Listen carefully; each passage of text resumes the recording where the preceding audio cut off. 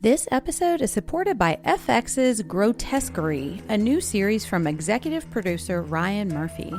Heinous crimes unsettle a small community, and the local detective feels these atrocities are eerily personal, as if someone or something is taunting her. Starring Niecy Nash Betts, Courtney B. Vance, Leslie Manville, and Travis Kelsey, FX's Grotesquerie premieres September 25th on FX. Stream on Hulu.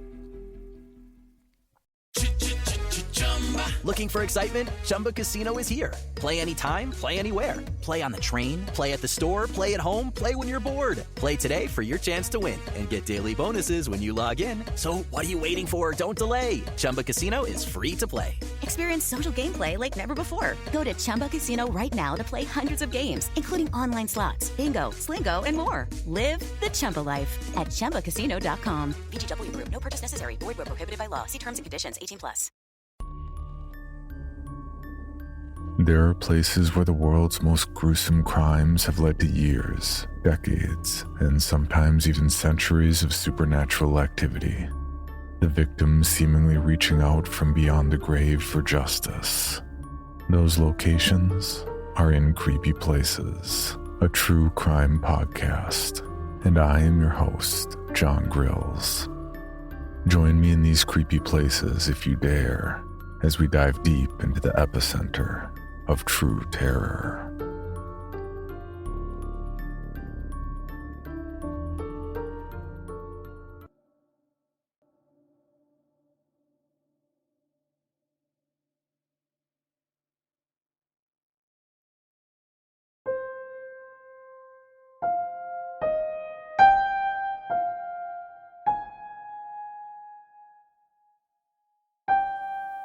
The Picture of Dorian Gray by Oscar Wilde. The Preface. The artist is the creator of beautiful things. To reveal art and conceal the artist is art's aim. The critic is he who can translate into other manner or a new material his impression of beautiful things. The highest, as the lowest, form of criticism is a mode of autobiography. Those who find ugly meanings in beautiful things are corrupt without being charming. This is a fault. Those who find beautiful meanings in beautiful things are the cultivated. For these, there is hope. They are the elect to whom beautiful things mean only beauty. There's no such thing as a moral or an immoral book. Books are well written or badly written. That is all. The 19th century dislike of realism is the rage of Caliban seeing his own face in a glass. The 19th century dislike of romanticism is the rage of Caliban not seeing his own face in a glass. The moral life of man forms part of the subject matter of the artist, but the morality of art consists in the perfect use of an imperfect medium. No artist desires to prove anything. Even things that are true can be proved. No artist has ethical sympathies. An ethical sympathy in an artist is an unpardonable mannerism of style. No artist is ever morbid. The artist can express everything. Thought and language are to the artist instruments of an art. Vice and virtue are to the artist materials for an art. From the point of view of form, the type of all the art is the art of the musician. From the point of view of feeling, the actor's craft is the type.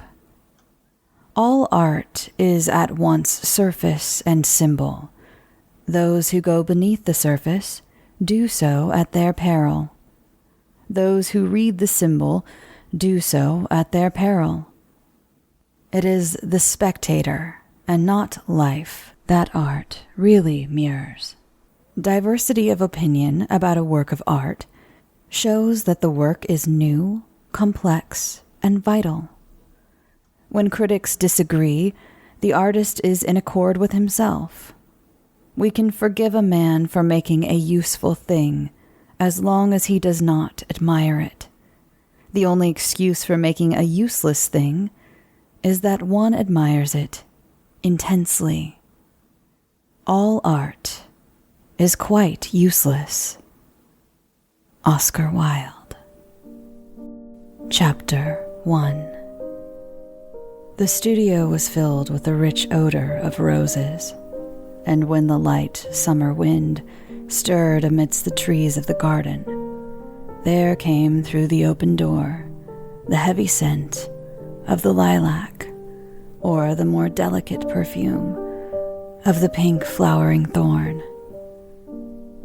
From the corner of the divan of Persian saddlebags on which he was lying, smoking, as was his custom, innumerable cigarettes, Lord Henry Wotton could just catch the gleam of the honey-sweet and honey-colored blossoms of a laburnum, whose tremulous branches seemed hardly able to bear the burden of a beauty so flame-like as theirs. And now and then, the fantastic shadows of birds in flight flitted across the long-to-soar silk curtains that were stretched in front of the huge window, producing a kind of momentary Japanese effect, and making him think of those pallid, jade-faced painters of Tokyo, who, through the medium of an art that is necessarily immobile, seek to convey the sense of swiftness and motion. The sullen murmur of the bees, shouldering their way through the long unmown grass, or circling with monotonous insistence round the dusty gilt horns of the straggling woodbine, seemed to make the stillness more oppressive. The dim roar of London was like the burdened note of a distant organ. In the center of the room, clamped to an upright easel, stood the full-length portrait of a young man of extraordinary personal beauty, and in front of it, some little distance away, was sitting the artist himself, Basil Hallward, whose sudden disappearance some years ago caused at the time such public excitement and gave rise to so many strange conjectures. As the painter looked at the gracious and comely form he had so skillfully mirrored in his art, a smile of pleasure passed across his face and seemed about to linger there. But he suddenly started up and, closing his eyes, placed his fingers upon the lids, as though he sought to imprison within his brain some curious dream from which he feared he might awake. "It is your best work, Basil, the best thing you have ever done," said Lord Henry languidly. "You must certainly send it next year to Grosvenor. The Academy is too large and too vulgar. Whenever I have gone there, there have been either so many people that I have not been able to see the pictures, which was dreadful, or so many pictures that I have not been able to see the people, which was worse. The Grosvenor is really the only place." "I don't think I shall send it anywhere," he answered, tossing his head back in that odd way that used to make his friends laugh at him at Oxford. "No, I won't send it anywhere." Lord Henry elevated his eyebrows and looked at him in amazement through the thin blue wreaths of smoke that curled up in such fanciful whirls from his heavy, opium-tainted cigarette. "Not send it anywhere? My dear fellow, why? Have you any reason? What odd chaps you painters are. You do anything in the world to gain a reputation. As soon as you have one, you seem to want to throw it away. It is silly of you, for there is only one thing in the world worse than being talked about, and that is not being talked about. A portrait like this would set you far above all the young men in England and make the old men quite jealous. if old men are ever capable of any emotion." "I know you will laugh at me," he replied, "but I really can't exhibit it. I have put too much of myself into it." Lord Henry stretched himself out on the divan and laughed. "Yes, I knew you would, but it is quite true, all the same." "Too much of yourself in it. Upon my word, Basil, I didn't know you were so vain. And I really can't see any resemblance between you, with your rugged, strong face and your coal-black hair, and this young Adonis who looks as if he was made out of ivory and rose leaves. Why, my dear Basil, he is a Narcissus, and you... Well, of course, you have an intellectual expression and all that, but beauty, real beauty, ends where an intellectual expression begins.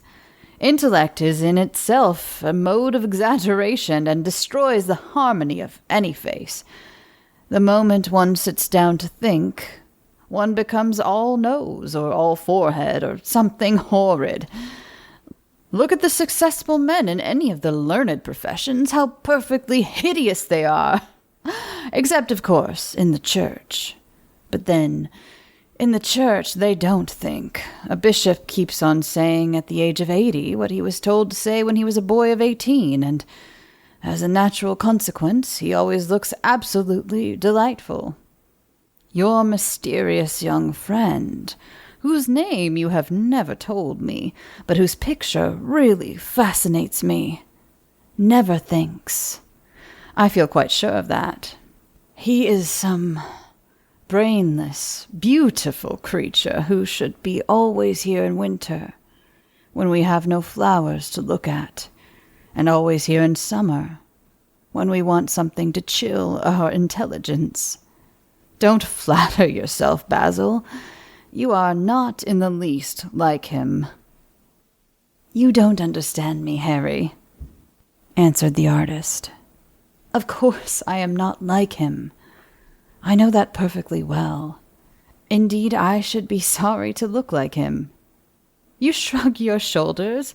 I am telling you the truth. There is a fatality about all physical and intellectual distinction, the sort of fatality that seems to dog through history the faltering steps of kings.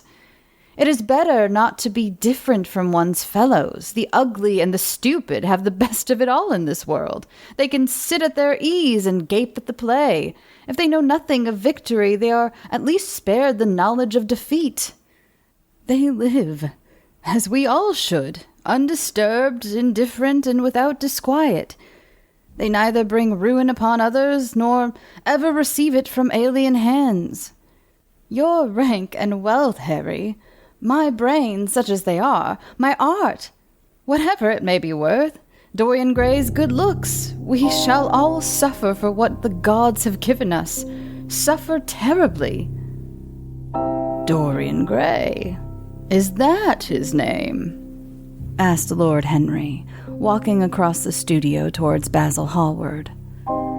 "Yes, that is his name. I didn't intend to tell it to you." "But why not?" "Oh, I can't explain. When I like people immensely, I never tell their names to anyone. It is like surrendering a part of them. I've grown to love secrecy. It seems to be the one thing that can make modern life mysterious or marvelous to us. The commonest thing is delightful if one only hides it. When I leave town now, I never tell people where I am going. If I did, I would lose all my pleasure. It is a silly habit, I dare say, but somehow it seems to bring a great deal of romance into one's life. I suppose you think me awfully foolish about it." "Not at all," answered Lord Henry. "Not at all, my dear Basil. You seem to forget that I am married, and the one charm of marriage is that it makes a life of deception absolutely necessary for both parties. I never know where my wife is, and my wife never knows what I am doing. When we meet, we do meet occasionally when we dine out together or go down to the Duke's. We tell each other the most absurd stories with the most serious faces. My wife is very good at it, much better, in fact, than I am. She never gets confused over her dates, and I always do. But when she does find me out, she makes no row at all. I sometimes wish she would, but she merely laughs at me. I hate the way you talk about your married life, Harry, said Basil Hallward, strolling towards the door that led into the garden. I believe that you are really a very good husband, but that you are thoroughly ashamed of your own virtues. You are an extraordinary fellow. You never say a moral thing, and you never do a wrong thing. Your cynicism is simply a pose. Being natural is simply a pose, and the most irritating pose I know, cried Lord Henry, laughing, and the two young men went out into the garden together and ensconced themselves on a long bamboo seat that stood in the shade of a tall laurel bush. The sunlight slipped over the polished leaves. In the grass, white daisies were tremulous. After a pause, Lord Henry pulled out his watch. I am afraid I must be going, Basil, he murmured. And before I go, I insist on your answering a question I put to you some time ago. What is that? Said the painter, keeping his eyes fixed on the ground. You know quite well. I do not, Harry. Well, I will tell you what it is. I want you to explain to me why you won't exhibit Dorian Gray's picture. I want the real reason. I told you the real reason. No, you did not. You said it was because there was too much of yourself in it. Now that is childish. Harry, said Basil Hallward, looking him straight in the face. Every portrait that is painted with feeling is a portrait of the artist, not of the sitter. The sitter is merely the accident, the occasion. It is not he who is revealed by the painter. It is rather the painter who, on the colored canvas, reveals himself. The reason I will not exhibit this picture is that I am afraid that I have shown in it the secret of my own soul. Lord Henry laughed. And what is that? He asked. I will tell you, said Hallward, but an expression of perplexity came over his face. I am all expectation, Basil, continued his companion, glancing at him. Oh, there is really very little to tell, Harry, answered the painter, and I am afraid you will hardly understand it. Perhaps you will hardly believe it. Lord Henry smiled and, leaning down, plucked a pink-petaled daisy from the grass and examined it. I am quite sure I shall understand it, he replied, gazing intently at the little golden white-feathered disk. And as for believing things, I can believe anything, provided that it is quite incredible. The wind shook some blossoms from the trees, and the heavy lilac blooms, with their clustering stars, moved to and fro in the languid air. A grasshopper began to chirrup by the wall, and like a blue thread, a long, thin dragonfly floated past on its brown gauze wings.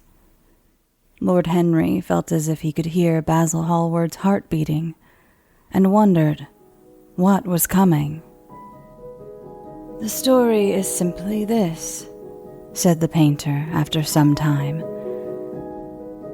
2 months ago, I went to a crush at Lady Brandon's. You know we poor artists have to show ourselves in society from time to time, just to remind the public that we are not savages. With an evening coat and a white tie, as you told me once, anybody, even a stockbroker, can gain a reputation for being civilized. Well, after I had been in the room about 10 minutes, talking to huge, overdressed dowagers and tedious academicians, I suddenly became conscious that someone was looking at me. I turned halfway round and saw Dorian Gray for the first time. When our eyes met, I felt that I was growing pale.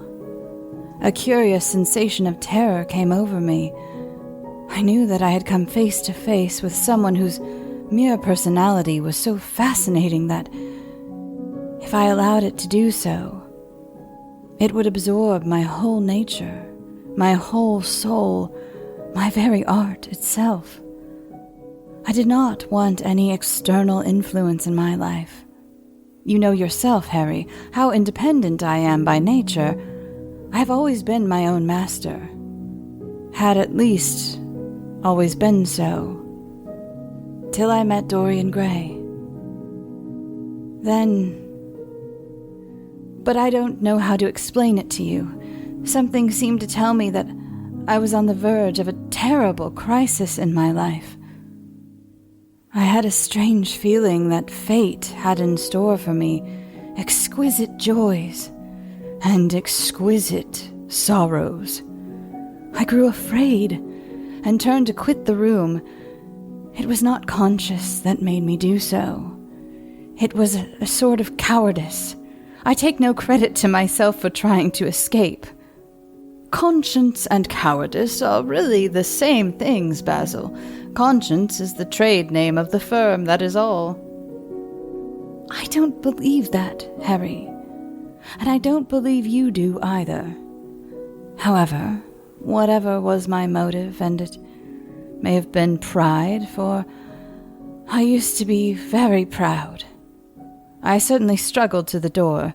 There, of course, I stumbled against Lady Brandon. "You are not going to run away so soon, Mr. Hallward," she screamed out. You know her curiously shrill voice.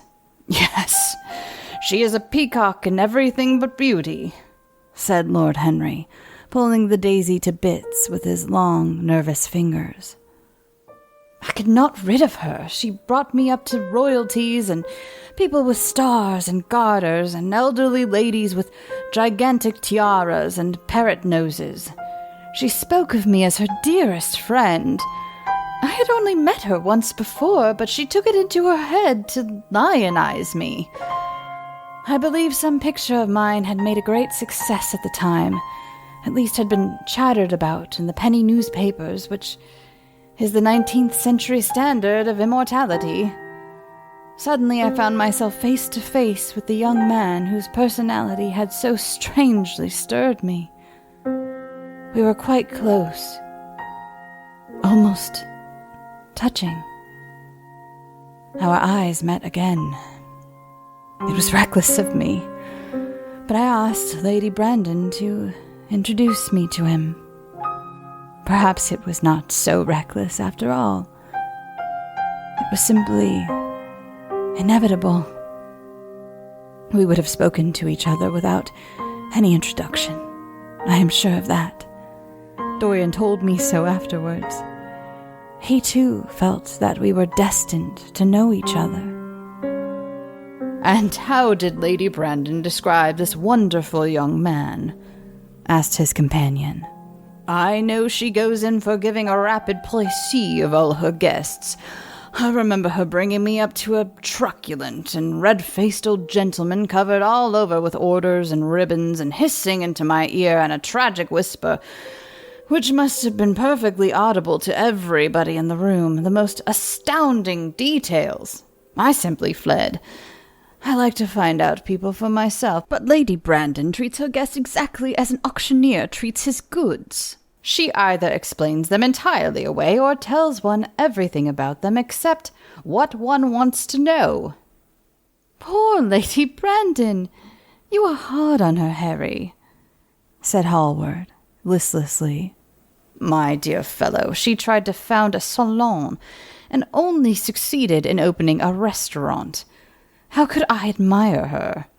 But tell me, what did she say about Mr. Dorian Gray?"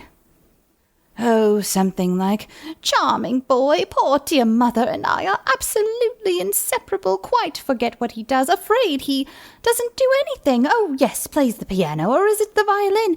Dear Mr. Gray." Neither of us could help laughing, and we became friends at once. Laughter is not at all a bad beginning for a friendship, and it is far the best ending for one, said the young lord, plucking another daisy. Hallward shook his head. "You don't understand what friendship is, Harry," he murmured, "or what enmity is, for that matter. You like everyone. That is to say, you are indifferent to everyone." "How horribly unjust of you!"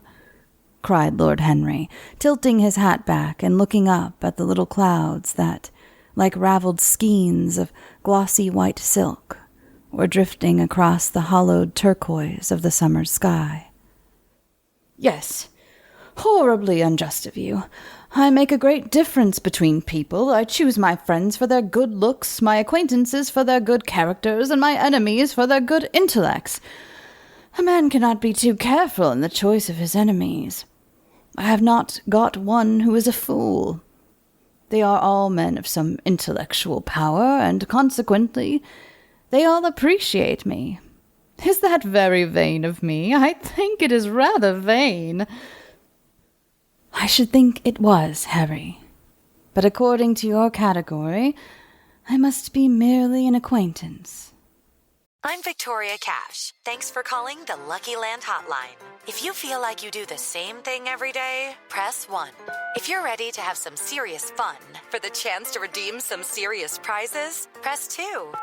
We heard you loud and clear. So go to LuckyLandSlots.com right now and play over 100 social casino-style games for free. Get lucky today at LuckyLandSlots.com. No purchase necessary. VGW Group. Void where prohibited by law. 18 plus. Terms and conditions apply. "My dear old Basil, you are much more than an acquaintance, and much less than a friend. A sort of brother, I suppose?"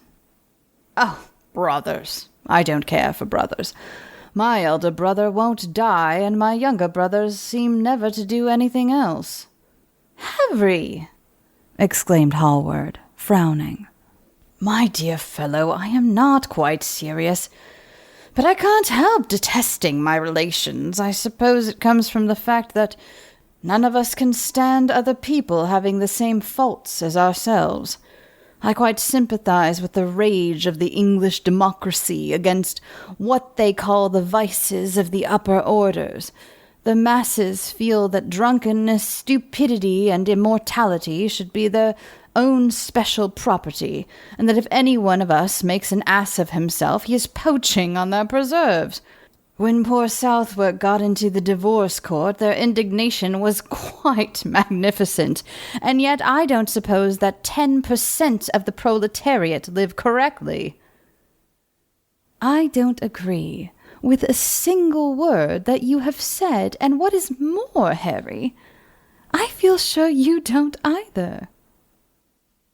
Lord Henry stroked his pointed brown beard and tapped the toe of his patent leather boot with a tasseled ebony cane. "How English you are, Basil!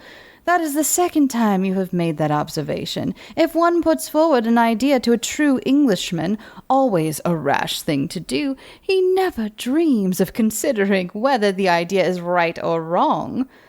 The only thing he considers of any importance is whether one believes it oneself. Now, the value of an idea has nothing whatsoever to do with the sincerity of the man who expresses it. Indeed, the probabilities are that the more insincere the man is, the more purely intellectual will the idea be, as in that case it will not be colored by either his wants, his desires, or his prejudices. However, I don't propose to discuss politics, sociology, or metaphysics with you. I like persons better than principles, and I like persons with no principles better than anything else in the world. Tell me more about Mr. Dorian Gray. How often do you see him?" every day. I couldn't be happy if I didn't see him every day. He is absolutely necessary to me. How extraordinary! I thought you would never care for anything but your art. He is all my art to me now, the painter said gravely. I sometimes think, Harry, that there are only 2 eras of any importance in the world's history. The first is the appearance of a new medium for art, and the second is the appearance of a new personality for art also. What the invention of the oil painting was to the Venetians, the face of Antinous was to late Greek sculpture, and the face of Dorian Gray will someday be to me. It is not merely that I paint from him, draw from him, sketch from him. Of course I've done all that, but he is much more to me than a model or a sitter. I won't tell you that I am dissatisfied with what I have done of him, or that his beauty is such that art cannot express it.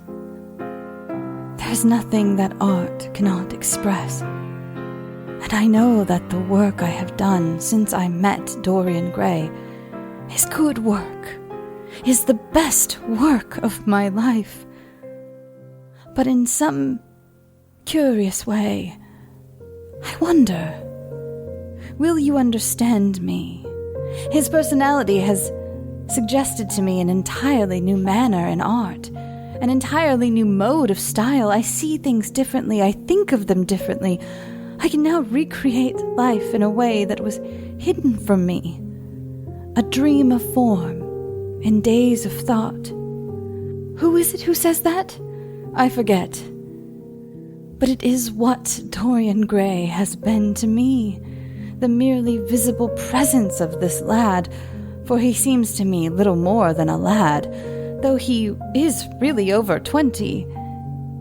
His merely visible presence. Ah, I wonder, can you realize all that means? Unconsciously, he defines for me the lines of a fresh school, a school that is to have in it all the passion of the romantic spirit, all the perfection of the spirit that is Greek, the harmony of soul and body. How much that is! We, in our madness, have separated the two and have invented a realism that is vulgar, an ideality that is void. Harry, if you only knew what Dorian Gray is to me. You remember that landscape of mine, for which Agnew offered me such a huge price, but which I would not part with. It is one of the best things I have ever done. And why is it so? Because while I was painting it, Dorian Gray sat beside me. Some subtle influence passed from him to me, and for the first time in my life, I saw in the plain woodland the wonder I had always looked for and always missed. Basil, this is extraordinary. I must see Dorian Gray. Hallward got up from the seat and walked up and down the garden. After some time, he came back. Harry, he said, Dorian Gray is to me simply a motive in art. You might see nothing in him. I see everything in him. He is never more present in my work than when no image of him is there. He is a suggestion, I have said, of a new manner. I find him in the curves of certain lines, in the loveliness and subtleties of certain colors. That is all. Then, why won't you exhibit his portrait? Asked Lord Henry. Because, without intending it, I have put into it some expression of all this curious artistic idolatry of which, of course, I have never cared to speak to him. He knows nothing of it. He shall never know anything about it, but the world might guess it, and I will not bare my soul to their shallow, prying eyes. My heart shall never be put under their microscope. There's too much of myself in the thing, Harry, too much of myself. Poets are not so scrupulous as you are. They know how useful passion is for publication. Nowadays, a broken heart will run to many editions. I hate them for it, cried Hallward. An artist should create beautiful things, but should put nothing of his own life into them. We live in an age when men treat art as if it were meant to be a form of autobiography. We have lost the abstract sense of beauty. Some day I will show the world what it is, and for that reason the world shall never see my portrait of Dorian Gray. I think you are wrong, Basil, but I won't argue with you. It is only the intellectually lost who ever argue. Tell me, is Dorian Gray very fond of you? The painter considered for a few moments. He likes me, he answered after a pause. I know he likes me. Of course I flatter him dreadfully. I find a strange pleasure in saying things to him that I know I shall be sorry for having said. As a rule, he is charming to me, and we sit in the studio and talk of 1,000 things. Now and then, however, he is horribly thoughtless, and seems to take a real delight in giving me pain.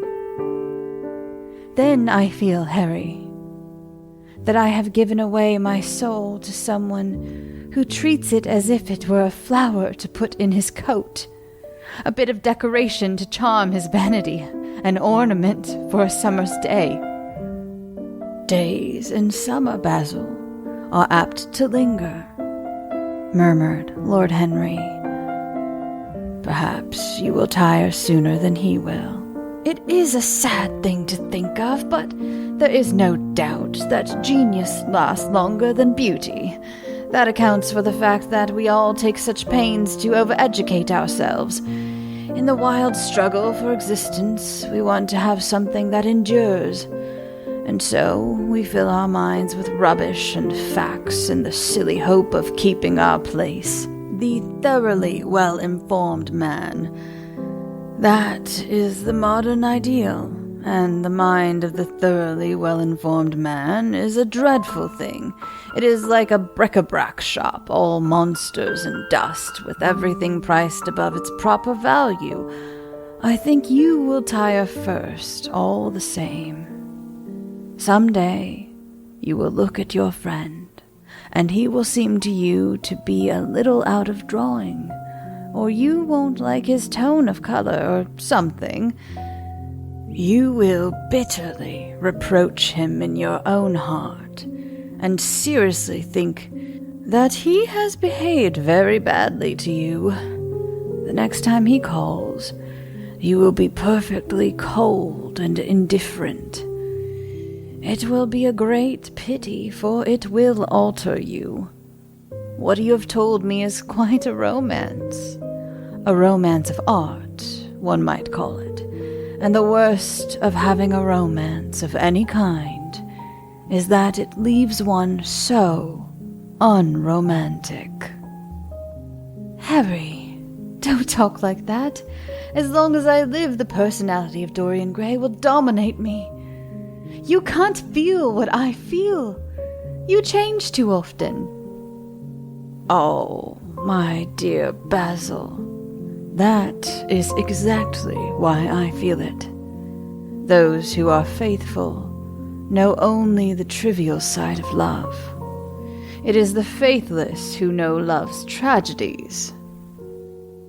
and Lord Henry struck a light on the dainty silver case and began to smoke a cigarette with a self-conscious and satisfied air, as if he had summed up the world in a phrase.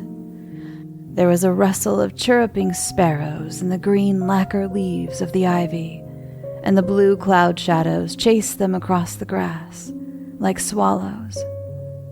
How pleasant it was in the garden, and how delightful other people's emotions were, much more delightful than their ideas, it seemed to him. One's own soul and the passion of one's friends, those were the fascinating things in life. He pictured to himself with silent amusement the tedious luncheon that he had missed by staying so long with Basil Hallward. Had he gone to his aunt's, he would have been sure to have met Lord Goodbody there, and the whole conversation would have been about the feeding of the poor and the necessity for model lodging houses. Each class would have preached the importance of those virtues for whose exercise there was no necessity in their own lives. The rich would have spoken on the value of thrift, and the idle grown eloquent over the dignity of labor. It was charming to have escaped all that. As he thought of his aunt, an idea seemed to strike him. He turned to Hallward and said, "My dear fellow, I have just remembered." "Remembered what, Harry?" "Where I heard the name of Dorian Gray." "Where was it?" asked Hallward with a slight frown. "Don't look so angry, Basil. It was at my aunt Lady Agatha's. She told me she had discovered a wonderful young man who was going to help her in the East End, and that his name was Dorian Gray. I am bound to state that she never told me he was good-looking. Women have no appreciation of good looks. At least, good women have not. She said he was very earnest and had a beautiful nature. I at once pictured to myself a creature with spectacles and lank hair, horribly freckled and tramping about on huge feet. I wish I had known it was your friend." "I am very glad you didn't, Harry." "Why?" "I don't want you to meet him." "You don't want me to meet him?" "No." "Mr. Dorian Gray is in the studio, sir," said the butler, coming into the garden. "You must introduce me now," cried Lord Henry, laughing.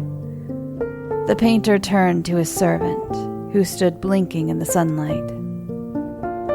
"Ask Mr. Gray to wait, Parker. I shall be in a few moments." The man bowed and went up the walk. Then he looked at Lord Henry. "Dorian Gray is my dearest friend," he said. "He has a simple and beautiful nature. Your aunt was quite right in what she said of him. Don't spoil him. Don't try to influence him. Your influence would be bad. The world is wide and has many marvelous people in it. Don't take away from me the one person who gives to my art whatever charm it possesses. My life as an artist depends on him. Mind, Harry, I trust you." He spoke very slowly, and the words seemed wrung out of him almost against his will. "What nonsense you talk," said Lord Henry, smiling, and, taking Hallward by the arm, he almost led him into the house.